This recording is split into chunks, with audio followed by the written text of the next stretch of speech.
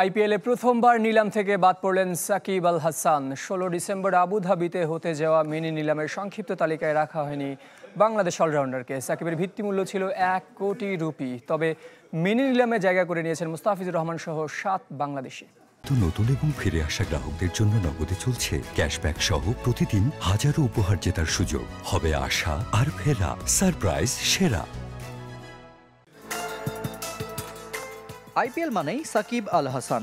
কলকাতার ঘরের ছেলে বনে গিয়েছিলেন। সানরাইজার্স হায়দ্রাবাদেও খেলেছেন। তবে সুসময় থেকে অনেকটাই দূরে সরে গেছেন বাংলাদেশ অলরাউন্ডার।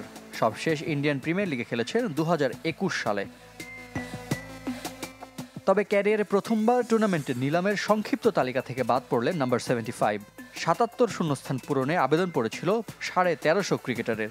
সেখান থেকে কাটছাট করে ৩৫০ জনের সংক্ষিপ্ত তালিকা প্রকাশ করেছে আইপিএল, যেখানে ২৪০ জনই ভারতীয়।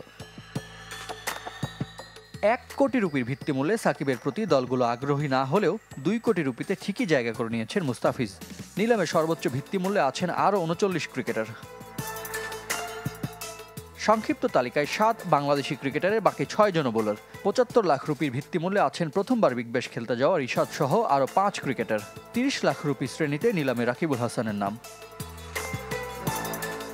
প্রাথমিক তালিকায় নাম না থাকলেও ফ্র্যাঞ্চাইজির আবেদনের সংক্ষিপ্ত তালিকায় উঠেছে দক্ষিণ African Quinton de Kock, George Linde ও লঙ্কান দুনিত ভেলালাগের নাম।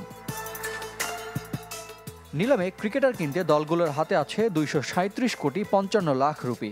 সবচেয়ে বেশি ৬৪ কোটি ৩০ লাখ রুপি নিয়ে নিলামে বসবে কলকাতা নাইট রাইডার্স।